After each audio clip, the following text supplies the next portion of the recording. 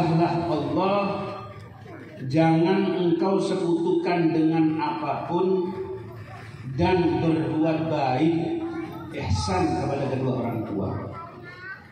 Imma yablughanna 'indakal kibara ahaduhuma aw kilahuma fala taqul lahumā uffin wa la tanharhumā wa qul lahumā qawlan karīmā.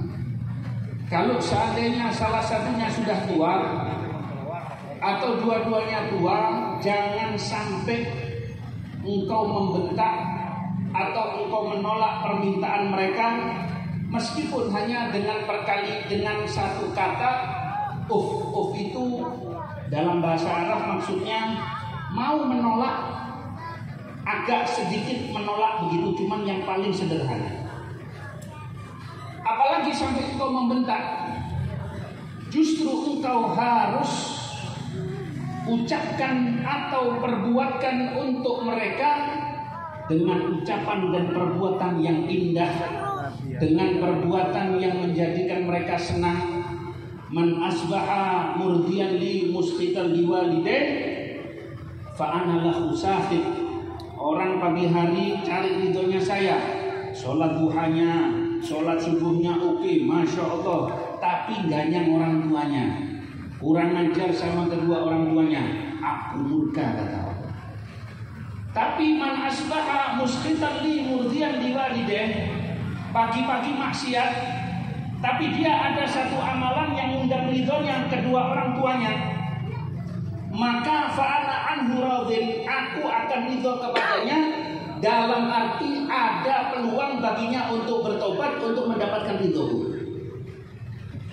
Jadi yang namanya bakti kepada orang tua ini adalah selamanya, baik semasa mereka hidup ataupun setelah mereka wafat. Ada sahabat datang, ya Rasulullah, kedua orang tua saya sudah wafat, bagaimana saya mau menyambung lagi baktinya ini? Sambung baktimu dengan engkau menyambung orang yang kenal dengan kamu berkat kedua orang tuamu, teman ayahmu, teman daripada ibumu, keluarga mereka atau kerabat mereka. Siapa yang biasa dulunya disantuni, siapa yang dulunya biasanya dibaiki, engkau lanjutkan. Dan yang namanya kebaikan itu akan terus berbuah pada akhirnya, sampai ketika engkau di masa tua, bahkan sampai ketika engkau wafat, sampai ketika engkau menghadap kepada Allah Subhanahu wa ta'ala. Tapi akhir zaman jangan kaget, lantaran sudah minimnya info tentang agama, minimnya belajar ilmu agama, maka kata Nabi SAW, di antara tanda-tanda hari kiamat, idza waladatil amatu rabbataha, kalau yang namanya ibu atau seorang perempuan dia melahirkan bosnya. Ya baik. Seorang ibu atau orang tua melahirkan bosnya. Bagaimana melahirkan bosnya? Zaman sekarang ini aneh tapi terbalik. Seorang anak dulu dilahirkan dengan susah payah, dibiayai dengan susah payah, sampai anak ini sekolah, sampai anak ini sukses, punya duit dan lain sebagainya. Akhirnya ketika dia sudah bisa memberikan obat untuk ibunya, sudah bisa memberikan obat untuk bapaknya, atau mungkin bisa menafkahi, dia sudah mulai berani ngangkat suara, dia sudah mulai berani membentak, bahkan sudah mulai berani menyuruh-nyuruh kepada kedua orang tua. Ini akhir zaman. Terus di akhir zaman ini ada satu kecenderungan, ibu atau bapak takut sama anaknya. Waduh, saya malu dengan anak saya takut dengan anak saya, nanti jatah belanja saya dikurangi sama anak saya. Dulu rumah itu sebelum ditinggal bapak sama ibu, itu ada suara-suara surga. Suara surga itu apa? Ketika orang tua kamu menegur kamu, itu suara surga. Ketika ibu kamu menegur kamu, itu suara surga. Allah, orang kalau masih ditinggal berapa hari sama orang tuanya masih nggak terngiang, tapi nanti kalau sudah selesai semuanya, dia akan ingat satu saat dia duduk dengan abahnya.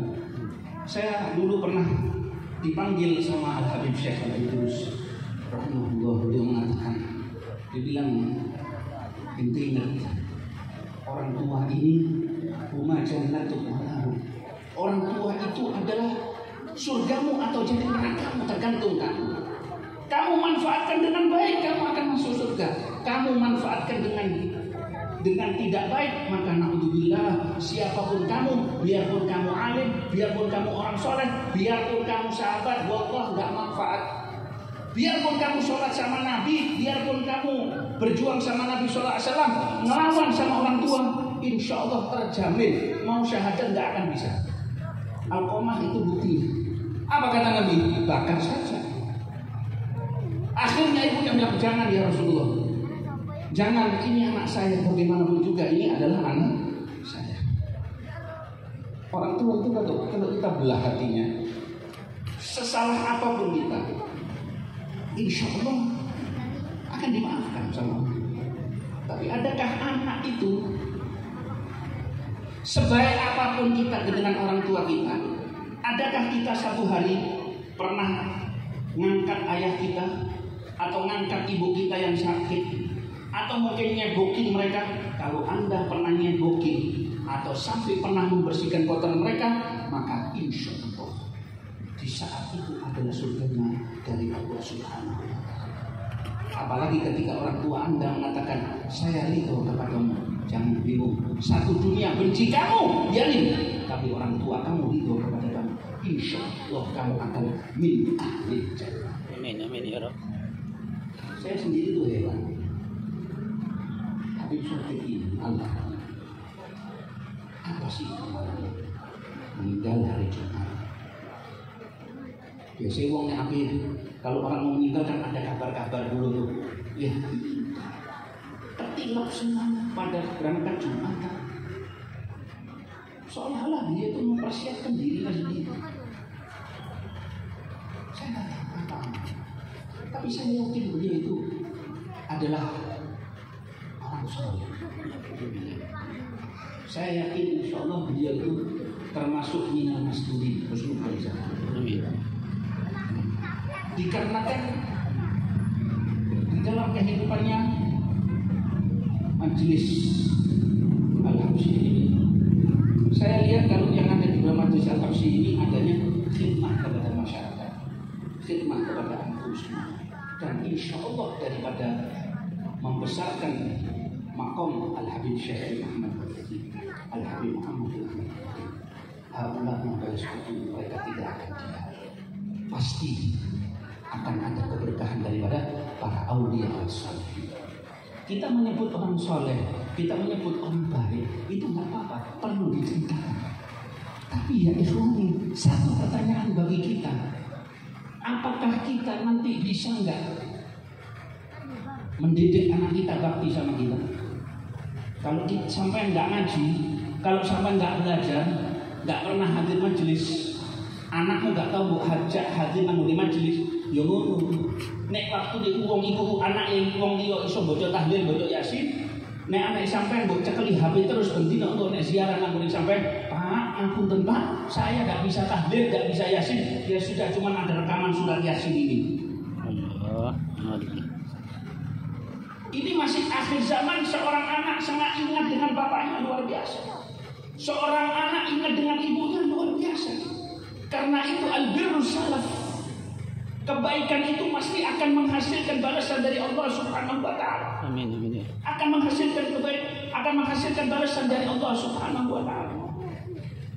Tidak mungkin seorang yang dianya itu berbakti kepada orang tuanya kemudian tidak akan merasakan nikmatnya. Al-Imam Uwais Al-Qarni, dia berpeluang jadi sahabat, tapi tidak jadi sahabat, tidak boleh datang ke tempatnya Rasul di kota Madinah karena habis duitnya. Daripada kamu berangkat ke Madinah, ibu sudah tua, kita orang nggak punya, lebih bagus kamu duduk di sini sama ibu.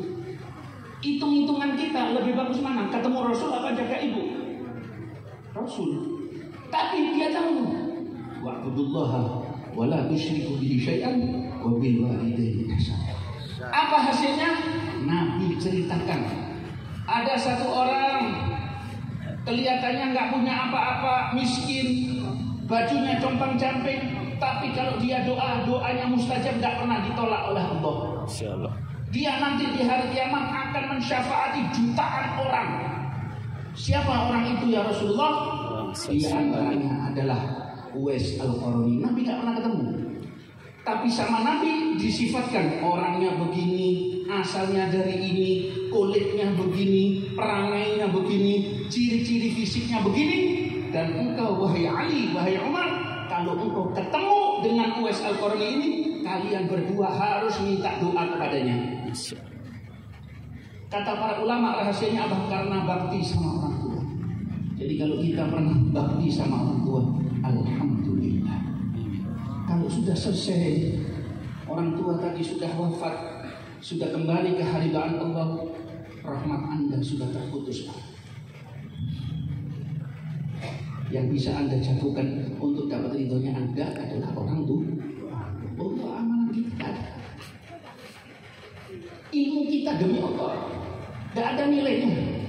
Kekayaan kita demi Allah tidak ada apa-apanya dibandingkan dengan senyumnya orang tua, dibandingkan senyumnya bapak, dibandingkan senyumnya ibu. Demi Allah kamu bawakan makanan untuk orang tua sampai senang dia.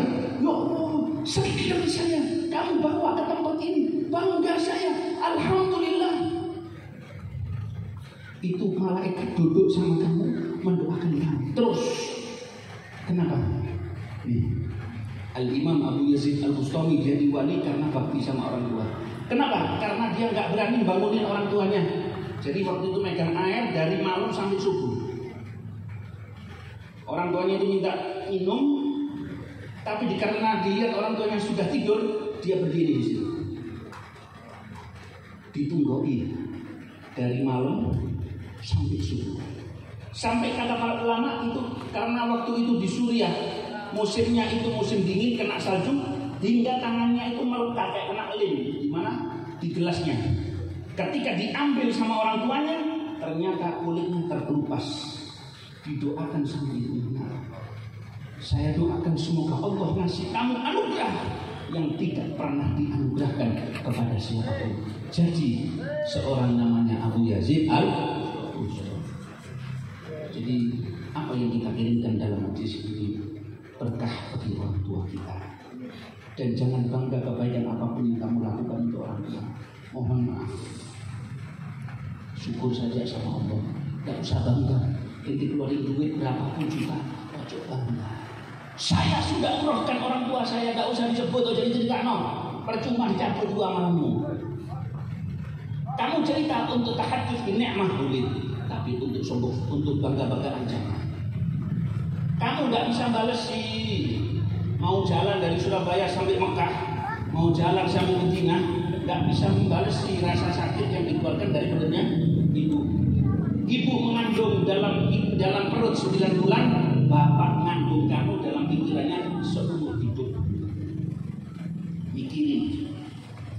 Jadi karena itu ya wali, lakukan hal-hal yang baik dengan sebaik-baiknya. Jangan terpengaruh apapun. Nakal, sembeling-belingnya orang kalau bakti sama orang tuanya, ada jaminan selamat. Ya. Sampai ada seorang itu pernah ketemu dengan orang yang sudah 5.000 tahun dari zaman Nabi Sulaiman. Ya, dipanjangkan hidupnya, umurnya oleh Allah Subhanahu wa taala karena berkat daripada doa ibunya. Orang ini kepingin ketemu dengan Nabi Muhammad sallallahu alaihi wasallam. Intinya, sehebat apapun orang seperti Alqamah tidak manfaat ibadahnya karena mendahulukan istrinya daripada ibunya. Ada durhaka sini. Seburuk apapun orang, tapi kalau dia bakti sama orang tuanya, insya Allah akan mendapatkan husnul khotimah. Amin, amin ya. Terakhir. Ada satu orang tahun belakangan ini bermimpi Sayyidina Rasulullah. Dia bilang itu di satu daerah itu ada seorang, saya kirim salam. Cuma mimpi. Dia tidak tergerak. Besoknya mimpi lagi. 3 kali Nabi bilang, sampaikan salam saya. Rumahnya di daerah ini, daerah ini, daerah ini. Ketika didatangi sama dia ini, ditanya ke daerah kampung itu, dibilang ini yang kamu tanyakan ini tukang mabuk. Orang tak masuk. Ada apa kamu? Oh enggak, ini orang terkenal, ini dai terkenal. Enggak cuma tunjuk rumah. Didapati orang ini masuk, diamati sehari itu diamati, yang nginep di daerah itu. Orang ini kalau sudah masuk rumah, nanti masuk rumah sebelahnya, masuk rumah lagi, masuk rumah sebelahnya. Ternyata apa? Setelah ditemui, ketemu dan lain sebagainya, dibilang, saya ini ada hajat sama kamu. Apa sih kebaikan kamu? Ini tidak ada. Saya ini sholat jarang, minum minuman keras, kerjaan biasa adanya. Ya cuman saya anggap kebaikan. Ya ini saya merawat ibu saya tua. Saya kasih ruangan sendiri dan saya tidak mau istri saya yang ngurus ataupun anak saya sendiri yang ngurus. Saya yang nyepokin, saya yang mandiin, semuanya saya. Mungkin ini saya dapat tugas dari itu. Loh, kenapa kok bisa dapat tugas? Kamu ini sahabat Tuhan. Saya dapat mimpi dari Rasulullah SAW. Rasul kirim salam kepadamu. Jadi berkat dia bakti sama orang tua, dia akhirnya apa? Dapat salam dari Rasulullah. Dia bilang saya nggak ngerti sekolah, alimni sholat, ajarin saya sholat. Dia ajarin sholat dan lain sebagainya. Dia sampai marahi ibunya. Ditanya, kenapa bu? Iya ini anak saya ini nakal saya tahu. Tapi saya berharap dia ini tak ridhoi dunia akhirat. Tak ridhoi nak dunia akhirat itu. Setelah itu dia panggil, bu, saya mau umroh boleh. Kebetulan daerahnya itu di daerah Abha, dekat sama Mekah. Jadi Arab Saudi tahu Abha itu. Berangkat dari situ naik mobil ke Mekah. Makanya tidak pernah ke Ka'bah, tidak pernah apa, cuma lihat dari TV. Waktu sholat sudah mulai sholat zuhur, asar, maghrib sampai isya, pokoknya hari itu 5 waktu di masjid. Sholat isya di sujud terakhir digugah nggak bangun-bangun karena dia nangis. Meninggal dalam keadaan sujud. Semoga Allah Subhanahu wa taala mengampuni kita semua. Amin amin. Dosa-dosa kita yang pernah kita bentak orang tua kita, yang pernah kita olok orang tua kita, yang pernah kita kasar dengan orang tua kita, semoga Allah ampuni. Dan Anda yang masih punya orang tua, tolong itu pintu Anda, rahmatnya Anda di situ, surganya Anda di situ. Minta maaf betul-betul. Bu, ridhoi saya dari awal sampai akhir. Pak, ridhoi saya dari awal sampai akhir. Jangan pernah mandang orang tua kita bodoh. Jangan pernah mandang orang tua kita itu bagaimana. Tetap orang tua Anda. Kalau sudah wafat, ziarahi. Karena orang tua itu senang kalau diziarahi anaknya. Kalau ziarah jangan baca Yasin, jangan sebentar. Duduk yang lama kalau bisa. Duduk. Makanya termasuk yang mutus rezeki kalau orang nggak pernah baca Fatihah untuk orang tuanya, itu akan memendekkan umur dan memutus rezeki Anda dari Allah Subhanahu wa taala. Semoga Allah memberkahi, Allah ganti ya kebaikan Habib Shadiq ini insyaallah terus dengan adanya majelis yang diadakan daripada majelis Al-Habsyi ini terus menjadi buah berkah daripada beliau, sebab mereka Al Habib Abdullah dan saudara-saudaranya ini Ali atas semuanya yang Jamal semuanya yang jadi ini adalah berkat daripada didikan Habib Shadiq sendiri dan didikan daripada ibu mereka. Insya Allah akan jadi amalan yang mengalir. Insya Allah jadi amalan yang mengalir, pahala yang mengalir dan menjadi sangu bagi beliau menghadap kepada Allah, niatnya membanggakan Rasulullah SAW. Tugas kita saat ini belajar. Pentingnya ilmu ilmu, pentingnya kita mengaji. Anda sebagai orang tua, rahimallahu walidan a'ana waladahu ala birri. Allah merahmati bapak yang mendukung anaknya untuk berbakti. Anak jangan sampai kasih kata-kata yang kotor, jangan sampai laknat, jangan sampai olok-olok, jangan. Ya, titik dengan kata-kata yang baik, dengan akhlak yang baik. Insya Allah akan dilumerkan hatinya oleh Allah, dikasih hidayah oleh Allah Subhanahu wa taala. Rabbi fanfa'na bi barakati haula sadatil kiram, bi barakati Nabi Muhammad sallallahu alaihi wasallam. Semoga Allah Subhanahu wa taala dijadikan kubur beliau menjadi kubur yang luas, diberi dengan rahmat oleh Allah Subhanahu wa taala. Allahumma ja'al mustaqarrahu fi jannatin nabi, fi jannah ma'a nabiyyin syuhadaa'us shalihin wa sallallahu ala sayyidina Muhammadin wa ala alihi wasallam. Alhamdulillahirabbil alamin. Wassalamualaikum warahmatullahi wabarakatuh.